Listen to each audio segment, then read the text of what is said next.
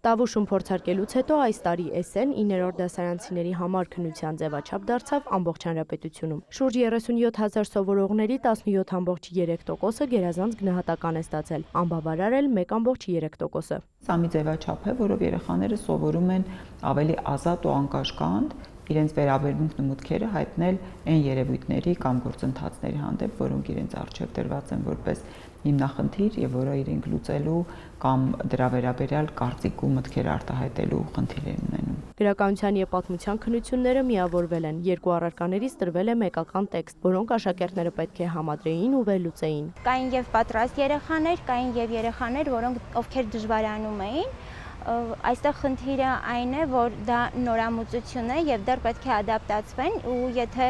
ավելի առաջ նայենք, հնարավոր է, որ հաջորդ տարի նման խնդրի առաջ չկանգնենք։ Ըստ ուսուցչուհու սովորողները հատկապես թերացել են մտքերը ձևակերպելիս։ Խոսքի պաշարի պակասից նրանք դժվարանում են իրենց միտքը ավելի հստակ եւ ճիշտ ձևակերպել, հետեւաբար վերլուծական աշխատանքի ժամանակ իհարկե դժվարանում են։ Երբեմն էլ սովորողները միայն կարծիք են արտահայտել առանց գիտական հիմնավորման, շարունակում է պատմության մասնագետը։ Ոլորտի պատասխանատու փոխնախարարն էլ նշում է, բացառիկ դեպքեր են եղել, երբ քննություն հանձնողները պարզապես արտագրել են տեքստը, բայց այս ամենի հետ մեկտեղ թե ուսուցիչը, թե փոխնախարարը շեշտում են էսսեն որպես քննություն ներդնելու ճիշտ ժամանակներ։ Կարևոր է, որպեսզի մեր դպրոցների շրջանավարտները ունենան բոլոր այն կարողությունները, որոնք անհրաժեշտ են իրենց կյանքում հաջողության հասնելու համար։ Իսկ ներկայումս հաջողության հասնելու համար մեխանիկորեն հիշել այս կամ այն տեքստը, այս կամ այն իրադարձությունը որևէ կերպ չի կարող օգնել հասնել հաջողության։ Մենք պիտի սովորենք սխալների վրա եւ շատերն ասում են, որ նախ պետք է ավելի հղկել, ավելի երեխաներին սովորեցնել, ուսուցիչներին վերապատրաստել, բայց ամեն դեպքում պետք է հիշենք, որ մինչև չփորձենք, այդ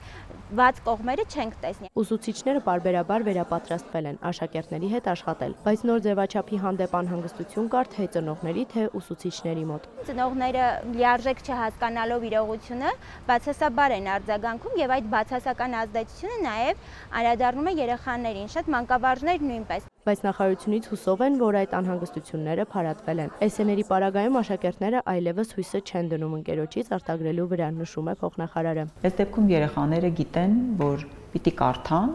ու պիտի վերարտադրեն այն, ինչ որ իրենք ուզում են վերարտադրել։ Ինչ վերաբերում է գնահատմանը, ապա պատմության ուսուցչուհին շեշտում է, էսսեն լավ արտացոլում է աշակերտի կարողություններն ու գիտելիքները։ Այն երեխան, ով տիրապետում է